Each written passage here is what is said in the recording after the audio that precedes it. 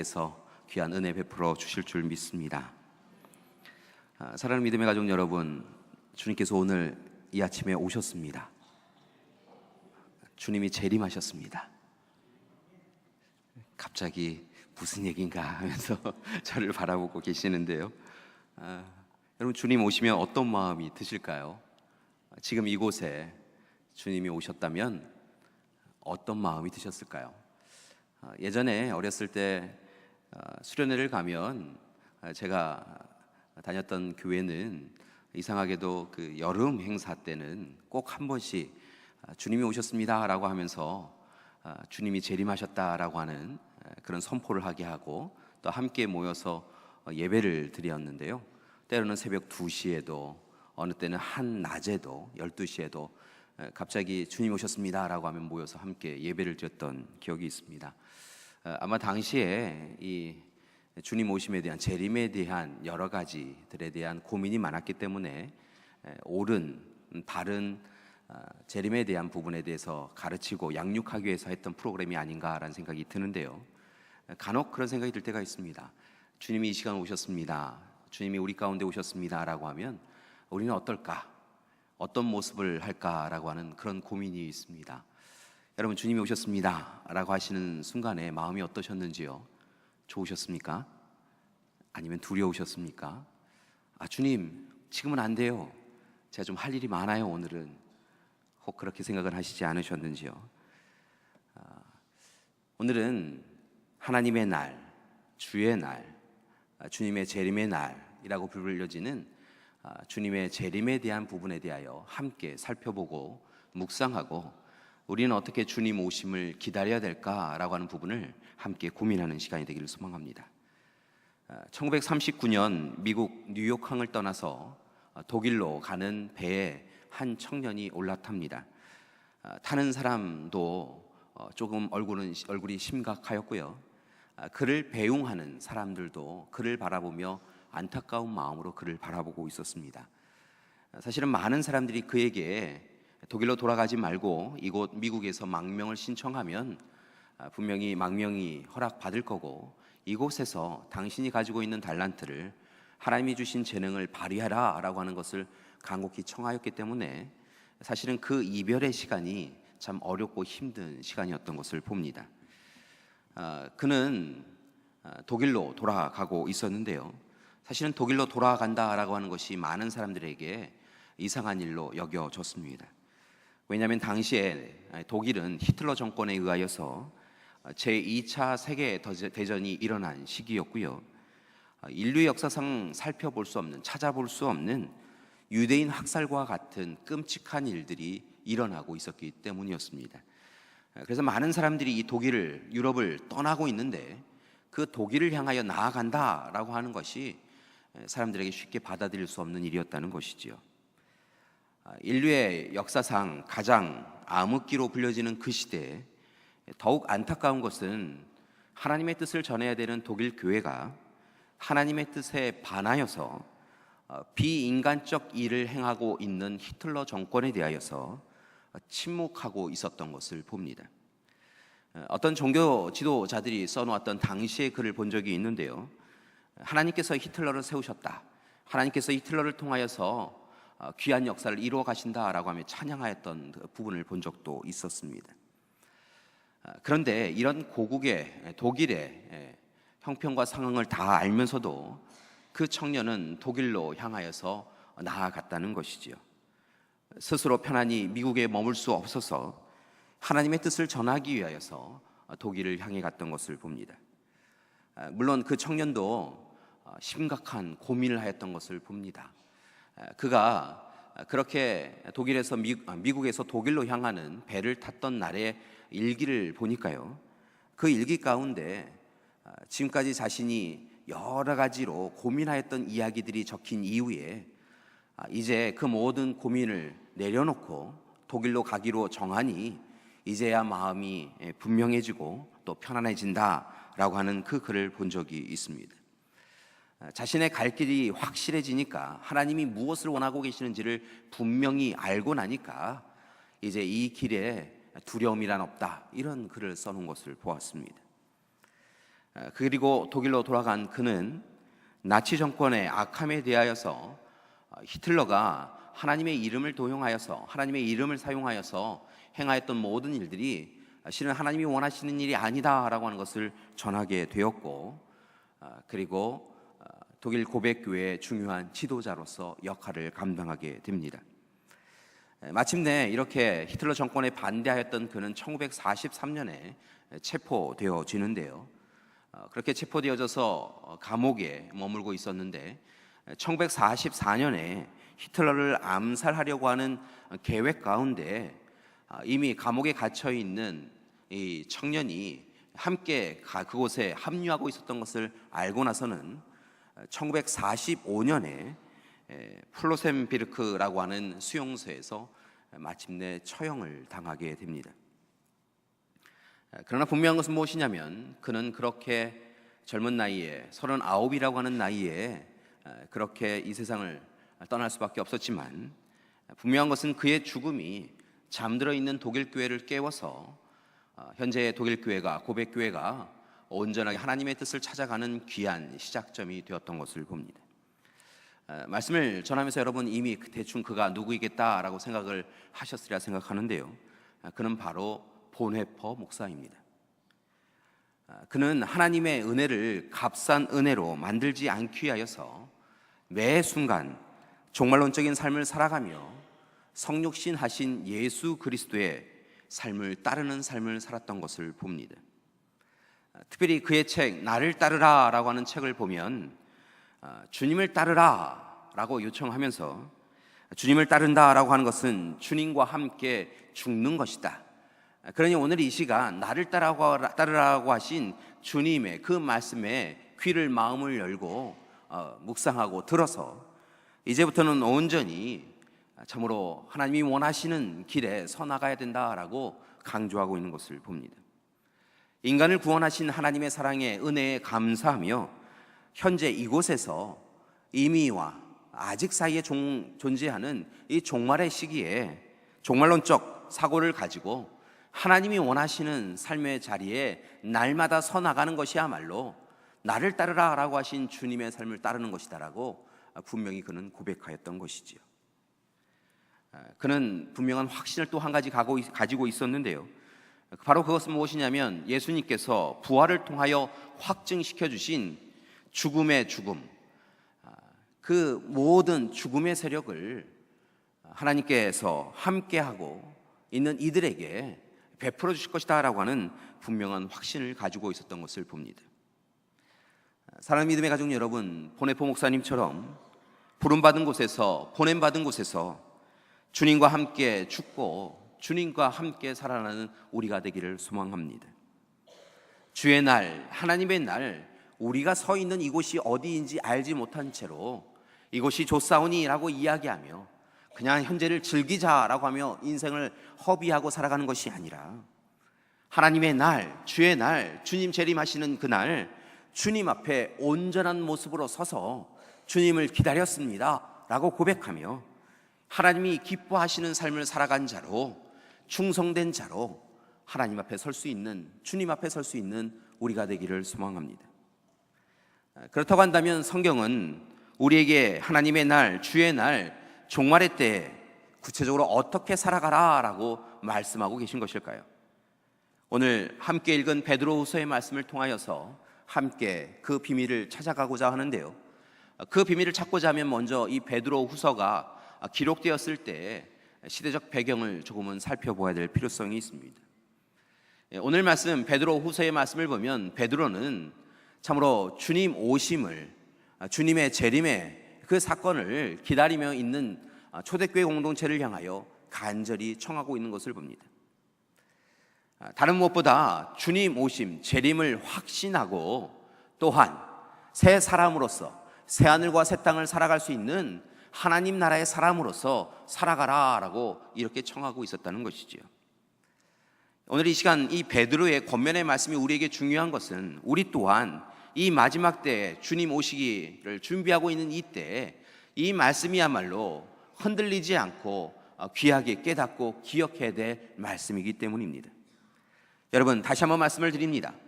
주님 재림을 확신하시고 주님 오시는 그날까지 하나님의 사람으로 열심히 살아가시는 여러분이 되기를 소망합니다. 여러분 옆에 있는 분에게요, 다시 한번 이렇게 축복의 말씀을 드렸으면 좋겠습니다. 주님은 오십니다. 주님 재림을 확신하십시오.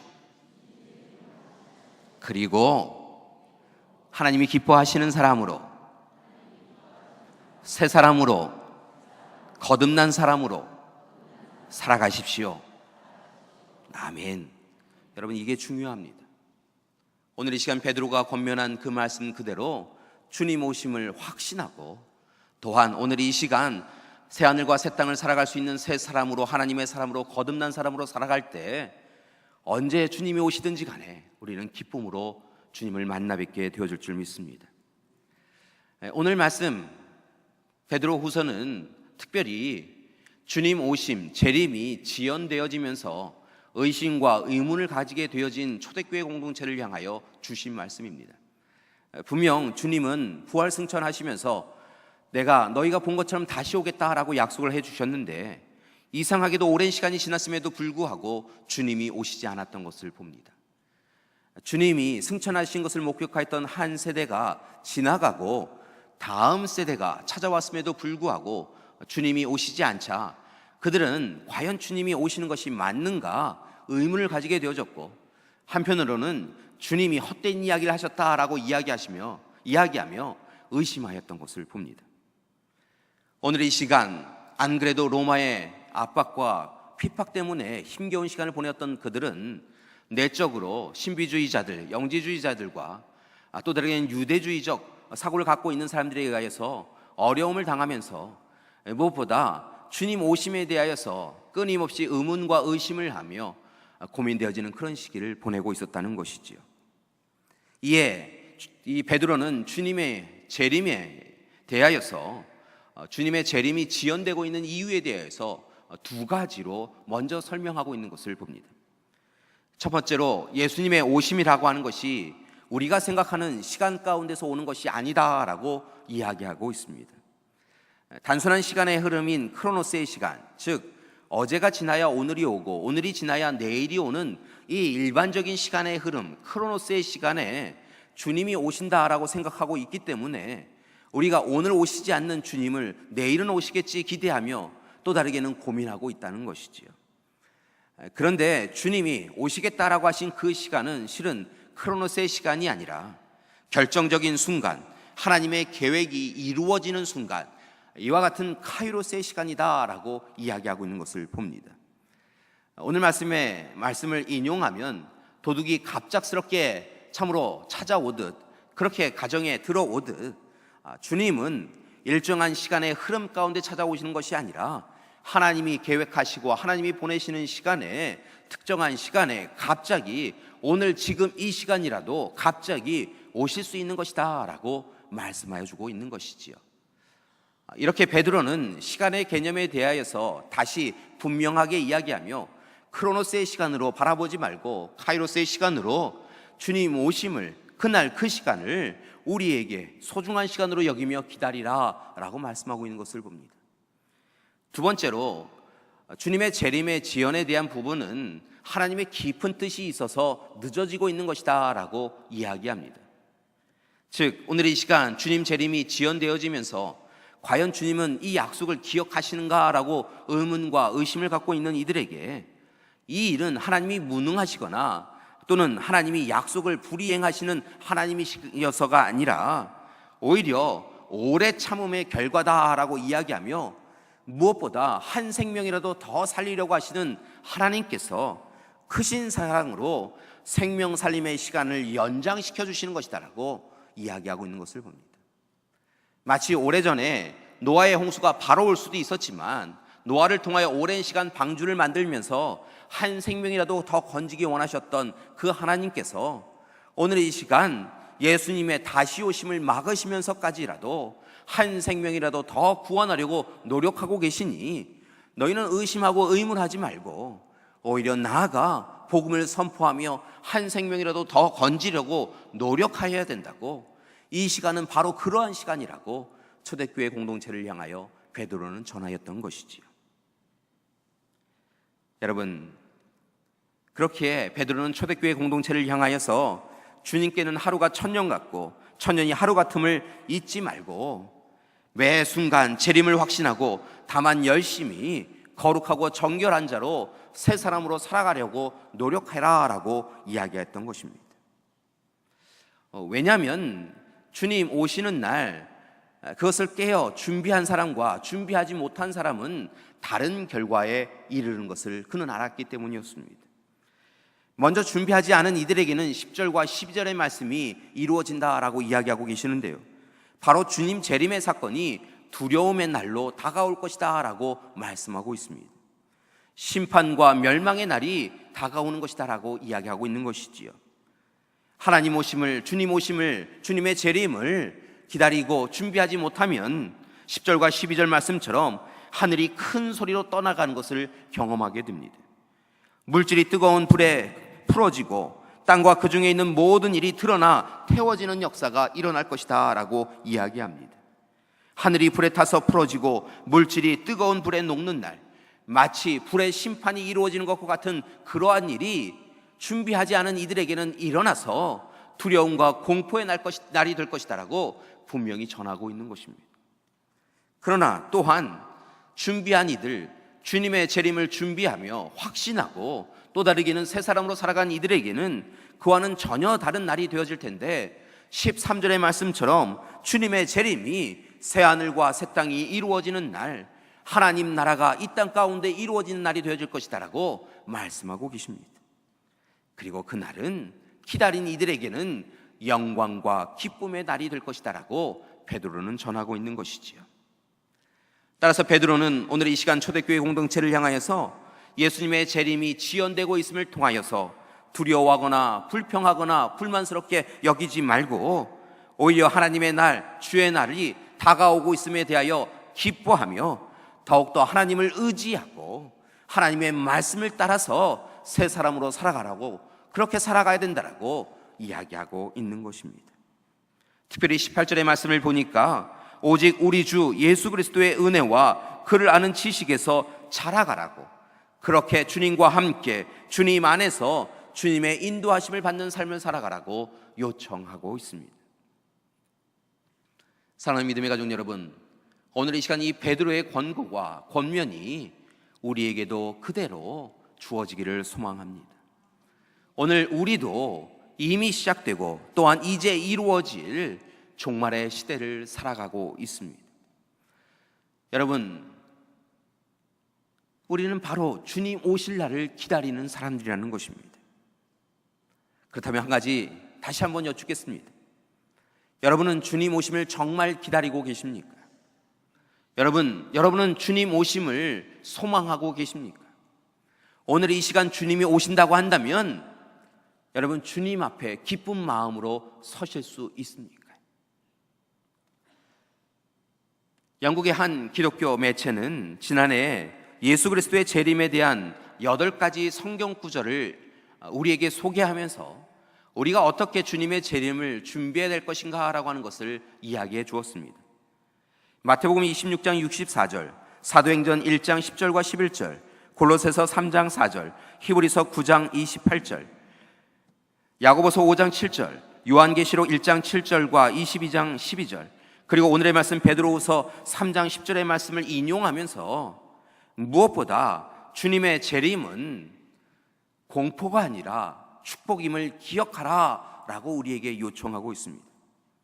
즉 예수님께서 처음 이 땅에 오셨을 때 예수님의 탄생과 고난과 죽음과 부활을 통하여서 우리에게 영원한 생명과 참된 구원을 허락하여 주셨던 것처럼 이제 주님이 다시 오시는 그날, 주님 재림하시는 그날에 분명히 하나님께서 우리에게 영원히 참으로 변하지 않는 귀한 기쁨을 허락해 주실 것이라고, 그리고 모든 것을 회복해 주시는 역사가 있을 것이다라고 하는 것을 전하면서 오늘 이 시간 그렇게 주님의 재림을 기다려야 된다라고 우리에게 권면하고 있는 것을 봅니다.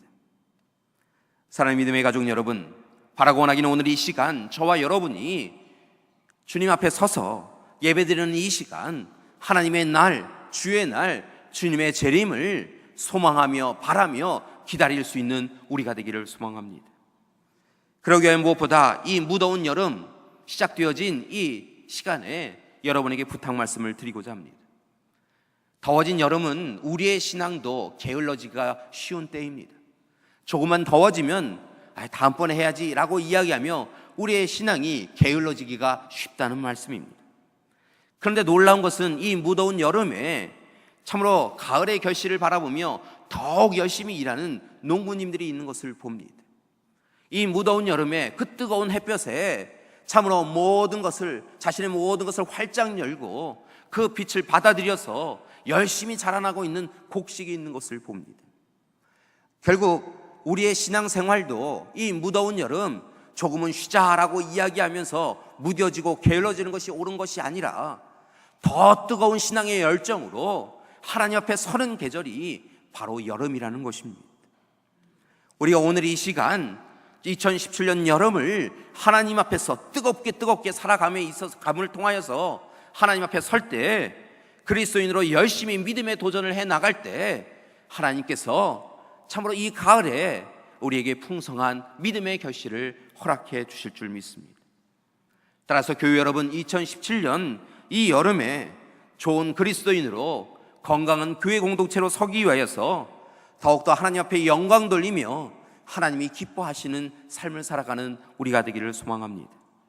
그러기 위해 예수 그리스도를 우리의 중심에 모시고 성령이 이끄심을 받는 여름이 되기를 소망하는데요, 오늘 말씀에 기준하여 여러분에게 다시 한번 말씀을 드리면 주님 오심을 확신하시고 주님의 사람으로, 하나님의 사람으로, 새 사람으로 살아가는 여러분이 되기를 소망합니다.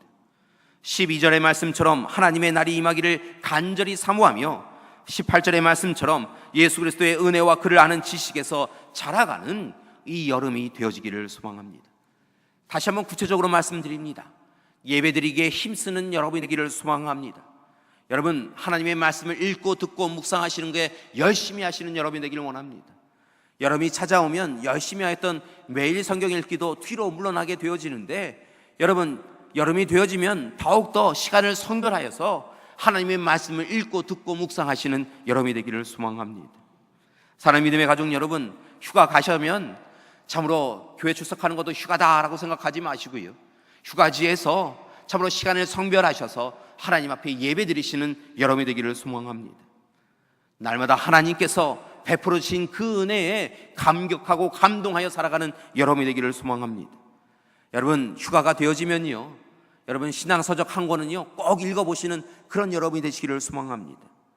이 뜨거운 여름, 하나님 사랑, 이웃 사랑도 뜨겁게 해보시는 그런 시간이 되기를 소망합니다. 그때 앞서서 소개해드렸던 보네포 목사님의 표현대로 하나님께서 하나님의 날에 죽음의 심판의 자리가 아니라 우리를 영광과 기쁨의 자리로 인도해 주실 줄 믿습니다. 다가오는 한 주간 하나님의 날, 주의 날이 임할런지도 모르겠습니다. 주님이 우리 가운데 재림하실런지도 모르겠습니다. 바라고 나기는 주님이 오시는 날을 사모하며 주님 오실 때 기쁨으로 온전한 모습으로 주님 앞에 설 수 있도록 하나님의 사람으로 새하늘 새 땅을 살아가는 새 사람으로 그렇게 살아가시는 우리 믿음의 가족들 되시기를 간절히 기도드립니다.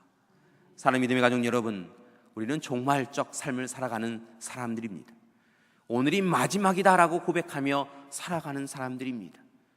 바라고 나기는 그 마지막 때, 마지막 시간에 주님의 손을 맞잡을 수 있도록 주님 오심을 확신하며 주님의 사람으로, 하나님이 기뻐하시는 사람으로 다가오는 한 주간도 힘써서 살아가시는 우리 믿음의 가족들 되시기를 간절히 기도드립니다.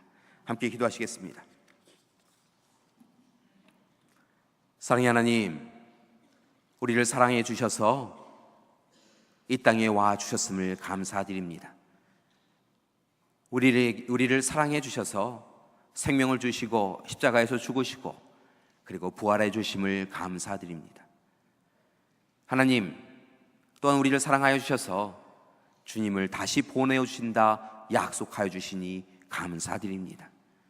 처음 주님 오셨을 때 우리에게 영원한 생명 주시고 구원 허락하여 주신 것처럼 이제 주님 다시 오시는 그날 그 모든 구원이 확정되어지고 또한 모든 것이 회복되어지게 되어준다고 약속해 주시니 감사드립니다.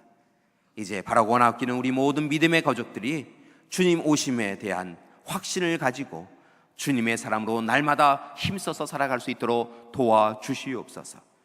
무더운 여름 우리의 신앙이 게을러지지 아니할 수 있도록 도와주시옵시고 오히려 날마다 깨어 기도하며 말씀 앞에 서며 하나님의 사람으로 살아가는 귀한 시간 될 수 있도록 도와주시옵소서. 예수님의 이름으로 기도드립니다. 아멘.